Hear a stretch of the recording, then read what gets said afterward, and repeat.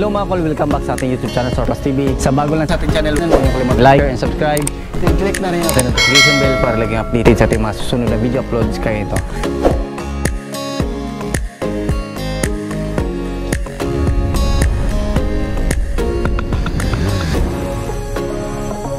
Ngayon mga kol, pakita natin yung ating Suzuki Every Wagon 4x2 K6A engine, 660cc, 64 horsepower at 6,500 RPM. Then meron naman itong maximum na torque na 103 Newton meter at 3,500 RPM. So 4-speed automatic transmission po yung ating unit mga kol. So yung presyo nito is 280,000 all in. So check natin kung ano yung package sa ating tag 280,000 na Suzuki Every Wagon. So yung kulay ng ating unit is color green. So Ansal urethane po yung gamit natin. So check natin lahat. Meron tayong Every Wagon emblem dito. Ayan, so Samurai edition po ito mga kol. Ayan, so makita din natin dito meron siyang yung headlight niya is H4 park light, din yung ating signal light. So meron na siyang fog lamp mga kol. Ayan, yan po yung fog lamp ng ating DE64W. Then meron siyang original na body kit. So yan po yung body kit ng ating DE64W na mga Samurai edition. Yan, makita din natin dito meron tayong brand new na maglets at saka brand new na gulong. Yung sukat ng ating gulong is 165 by 65 R13. So fully undercoat din yung unit natin mga kol.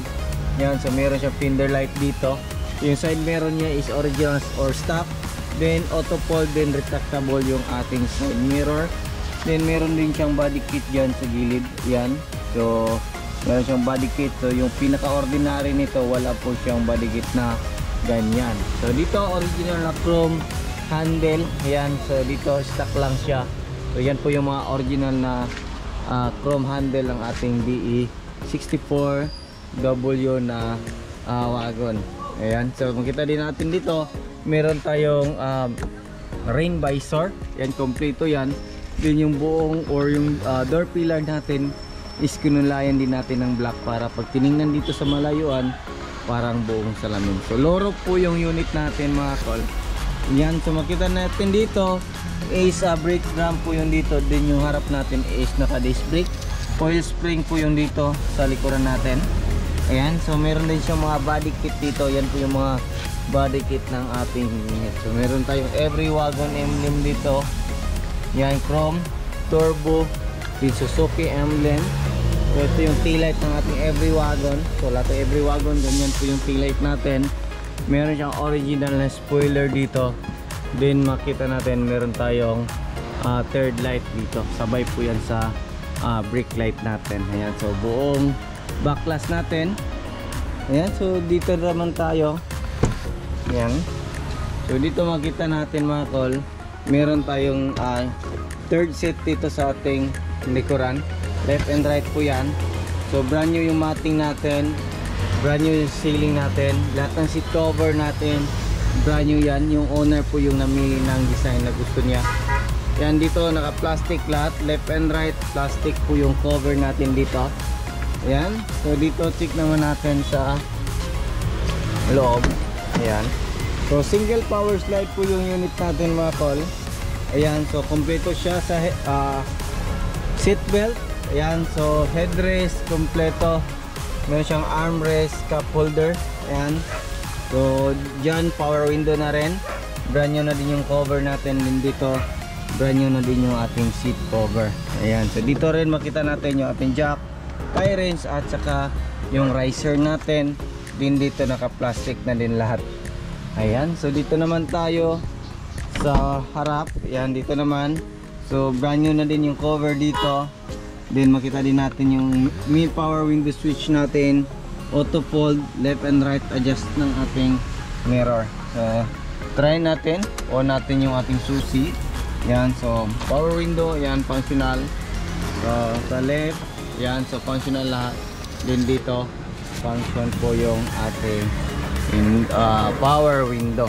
Ayan, then yung auto fold naman natin, ayan, functional, left and right function po siya. Ayan, oh. So check din natin yung retract. Yan. So nag-a-adjust din siya. Yan. Yan. So sa kabila, lagyan natin sa right. Ayan, nag-a-adjust din yung ating mirror. So yan yung kaganahan din. Dito single power slide, long press lang natin yan. So yan, tumatakbo na po yung ating sliding door. So push on slide, fog lamp switch. Ayan po yung fog lamp switch natin. Yung steering wheel natin is original po yan. Then dito meron tayong 7 inches touchscreen stereo with reverse camera. Dito is stock lang, kompleto siya sa mga sun visor, room light. Meron din tayong extra lagayan dito mga kol. Yan, so yung dashboard natin is back to original po yung kulay natin. So yung mileage natin is 137,960. So dito makita natin yung hazard switch, aircon switch. Meron tayong mga extra lagayan dyan. Yan po yan. Then dito, yan yung ating tools para sa gulong natin. Ito yan. Then dito, brand new yung seat cover natin dito, or yung matting natin. Ayan, accelerator pedal, brake pedal din yung ating parking brake pedal. So hindi po ito clutch mga kol, ito po ay parking pedal.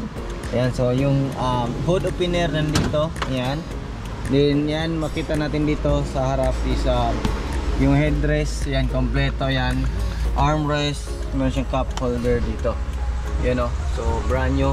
Glove box natin, ayan, goods na goods lahat. Kompleto na rin sa mga passenger handle. Ayan, so start naman natin yung makina natin. Ayan, naka-under na yung makina natin. Ayan, anoin natin yung volume dito. Meron tong reverse camera mga kol. So pakita natin yung reverse camera nito para makita din natin. Ayan, so kita po yung likuran ng ating unit. Ayan. So tapos natin yung volume natin dito para maiwasan natin yung copyright. Ayan. So ayan, dito na tayo sa makina natin. Ayan. So ayan, ito yung makina natin. So K6A engine turbo. So meron tong maximum power na 64 horsepower at 6,500 RPM. At meron namang maximum torque na 103 Nm at 3,500 RPM. 4-speed automatic transmission, naka-turbo na po. EFI na po ito mga kol. So meron na siyang ECU. So makita din natin to, ito yung ating turbo ng ating unit. Ayan, so makita natin yung ating mga vacuum ng turbo. Ito yung ating oxygen sensor, PCV valve, injector natin nandyan, ignition coil at saka spark plug, injector nandyan. Dito tayo mag-refill ng engine oil. So check naman natin sa kabila.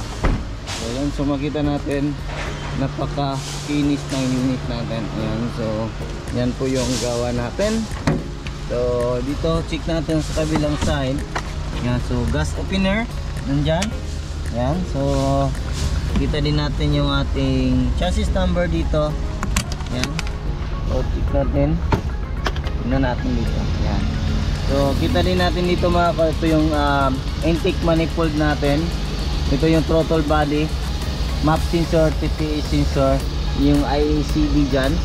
Then dito makita natin yung ating ATF gauge or dipstick ng ating automatic transmission fluid. Ito yung sa ating engine oil. So alternator, aircon compressor, brand new na yung mga belts natin dyan. Ito yung ating air filter housing, main fuse box, din yung ECU ng ating unit. Check natin yung power. So very powerful mga kol. So listed na pito long ride, na road test na ng mga 200 km pataas po yung road test natin sa lahat ng unit natin. Ayan, so dito naman tayo, makita din natin yung ating windshield washer reservoir, radiator cap, yung radiator natin nandyan. Then ito yung ating aircon condenser, din yung ating intercooler ng ating turbo. So dito yung ating coolant reservoir. So check natin. kung nandyan pa yung coolant. Ayan, so coolant yung mga nilalagay natin dito. Then dito yung ating brake fluid reservoir. So yan po yung unit natin at 280,000 all in na po yan mga kakol.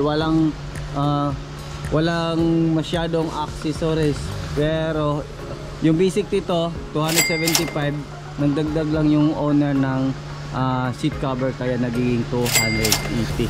So yan lang muna yung aming vlog for today mga kakol. Maraming salamat po sa inyong patuloy na pagsubaybay sa bago lang sa ating channel.